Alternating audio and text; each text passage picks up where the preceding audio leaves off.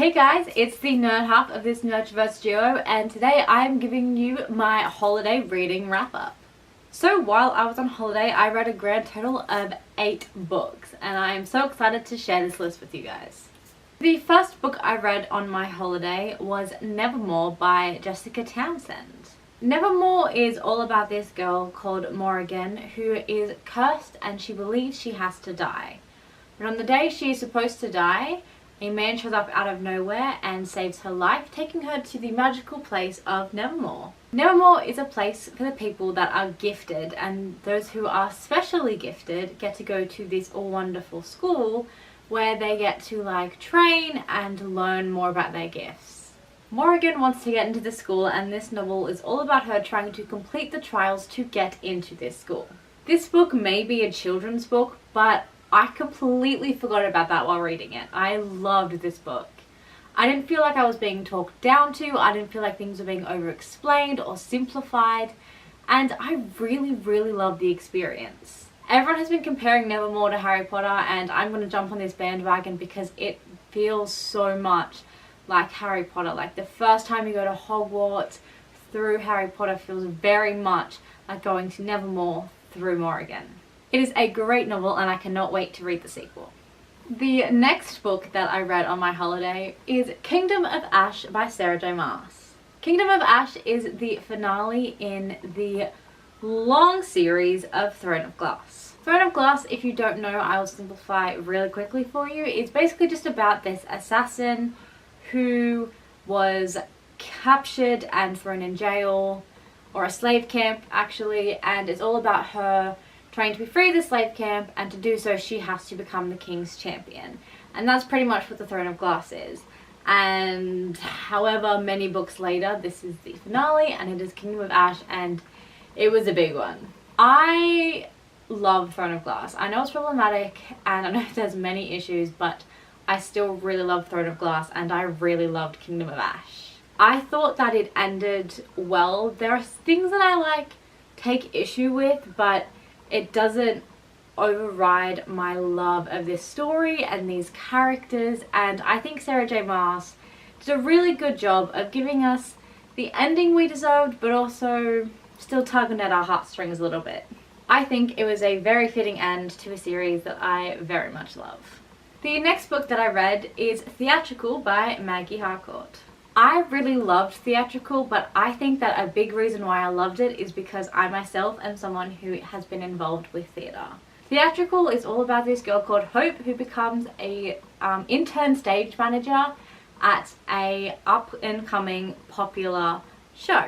Hope is trying desperately to leave her mother's shadow, as her mother is this really well-known costume designer for theatre, and she started to get this idea from her old theatre company that she was constantly doing shows with, that she was only there because of her mother, and everyone started talking about how she was nothing if her mother didn't make calls and get her the jobs that she wanted. And so Hope goes out to this new company and reaches out and becomes an intern stage manager for this really big show, and she is determined to make a name for herself outside of her mother. And it is just so brilliantly well done. I love it so much. The way this book is written makes me feel like I am a part of this show. I feel like I am at the rehearsals, I am watching these people, and then when things were going crazy on opening night, I felt that because I have seen crazy on opening night. And it just brought me right back into theatre. And because I was in between shows, it was exactly what I needed, and I just love this book so much. And I literally cannot wait to actually buy my own copy of this book so I can just relive it again, because I know that I'm going to want to. The next book that I read on my holiday is What If It's Us by Adam Silvera and Becky Albertalli. This novel follows 2 young boys who meet by circumstance, very different in how they view the world, but a romance could be blossoming. So Arthur is new to New York and he is optimistic and believes in true love. And when he meets Ben at a post office by chance, he believes that they are destined to find each other again and that they might have something really special. And Ben has just broken up with his boyfriend and is at the post office to send his boyfriend's things back, his ex-boyfriend's things back. And he views the world a little bit more pessimistically, but he still wants to find Arthur again. And so this novel is about these two boys trying to find their way back to each other in New York and see where it goes from there.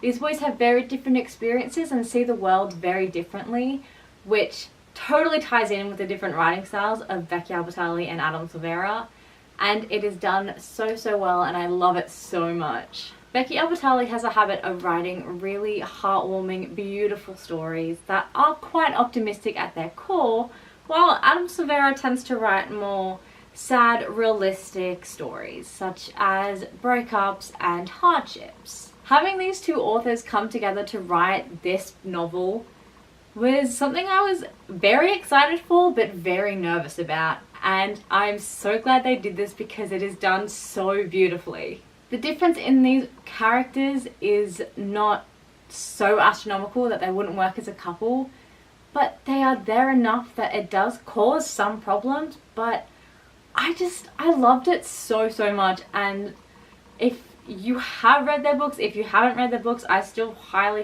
recommend picking this novel up. The next book that I read on my holiday is Fangirl by Rainbow Rowell. Yes, I finally read this book. Yes, it has taken me this long to read this book. So Fangirl, if you do not know, is a story about two twin sisters who go to college, and we focus on Kath, who is the geekier, more introverted of the twins. It is all about Kath trying to find herself at college while also struggling to write the finale to this fanfiction which has become so popular online, and just dealing with the stress of college and whether or not she fits in. I'm not a big fan of purely character-driven plots, but this one was executed so well, I barely even noticed that it's not something I usually read. There is no overarching story or adventure that these girls go on. It's just about Kath at college, and Kath is such an amazing character, someone that you can empathize with and really relate to, especially as someone who is also a fangirl. But she's not stupid and she's not stereotypical. She feels like a real person. And as someone who's been through uni, which I know is slightly different to college but is also quite similarly scary, I understand a lot of what she's going through. And I felt for her so much in the story. Some characters I find really hard to get behind, but from the get-go I was behind Kath easy. She's just such a great character. I love her so much. The next novel that I read is Truly Devious by Maureen Johnson. This is a novel that I was super excited for, even though I didn't really know what to expect. And I'll be honest, this wasn't what I was expecting. This novel it sort of jumps back in time a little bit. It's about this school that was opened up by this super rich man for people with exceptional talents. And they go to his school to work on this one particular talent and just become great at it. But one day, his wife and daughter are kidnapped, held for ransom, and then killed by someone who goes under the name of Truly Devious. And this mystery is never solved. Jump a couple decades later, and our protagonist shows up at this school with the pure intention of solving this mystery. But while she's there, Truly Devious acts up again, even though Truly Devious should long be dead. That premise sounds so amazing, and I kind of wish it had translated a little bit better in this novel than what it did. This novel is quite slow-paced, which I could forgive if it wasn't for the really shitty romance that kind of took over this novel quarter of the way through. Now let's be clear, I saw this romance coming, okay? I called it. But not because there was chemistry, not because those characters would be good together, and certainly not because any of their interactions hinted at it, but because heteronormativity won out, even though I will admit there is representation in this book. But it was the boy and the girl that would get together, but I hate it. I hate this romance so much, it makes zero sense, and the guy is a dick. I don't like him. I don't understand. However, despite that, the writing of this was exceptional. I loved the writing of this story, and I do think that the story itself is engaging, and because it is a multi-part story, so there are more books to come, that means that it was left open-ended, and so I will probably continue, but just know that I'm kind of bitter because I had very high expectations for this book, and the romance is literally the worst romance I've probably ever read in a book. And that's saying something. Maybe not the complete worst, but it's up there. Top 5 worst romances I have ever read. And the next book that I read on my holiday is Three Dark Crowns by Kendall Blake. This is a high fantasy novel which follows 3 different queens, all with different powers: a poisoner, a naturalist, and a elementalist.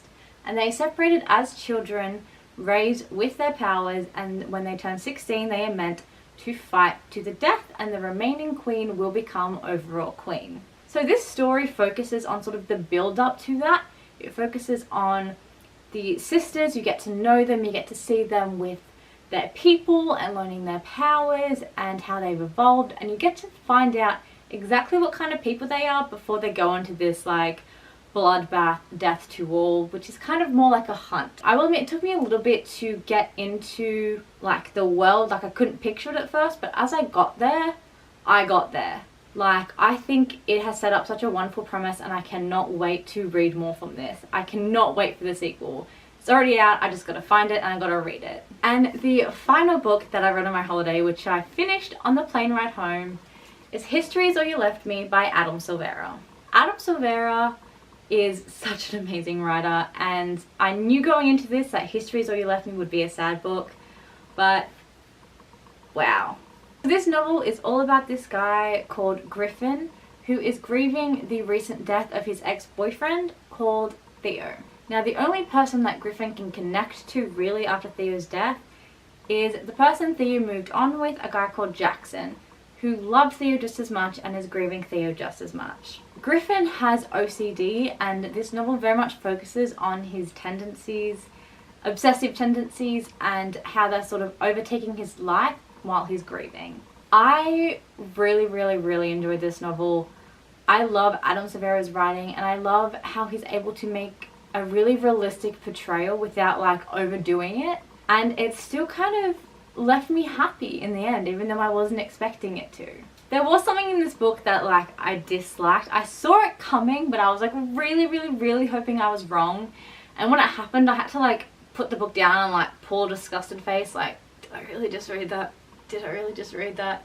Before I could like continue to read. But like I got over it pretty quickly, and like it made sense from Griffin's point of view, but from like the other point of view I don't really know why it happened, but like whatever, it happened, it's fine. We moved on, and like the ending I didn't guess, but I'm not mad about it, you know? So I just sort of one more book that like I technically read that I'm going to mention, but like sort of doesn't really count. I also read Percy Jackson The Ultimate Guide, but because it's not like technically a novel I didn't really count it, but I was like, I'm gonna show it off anyway.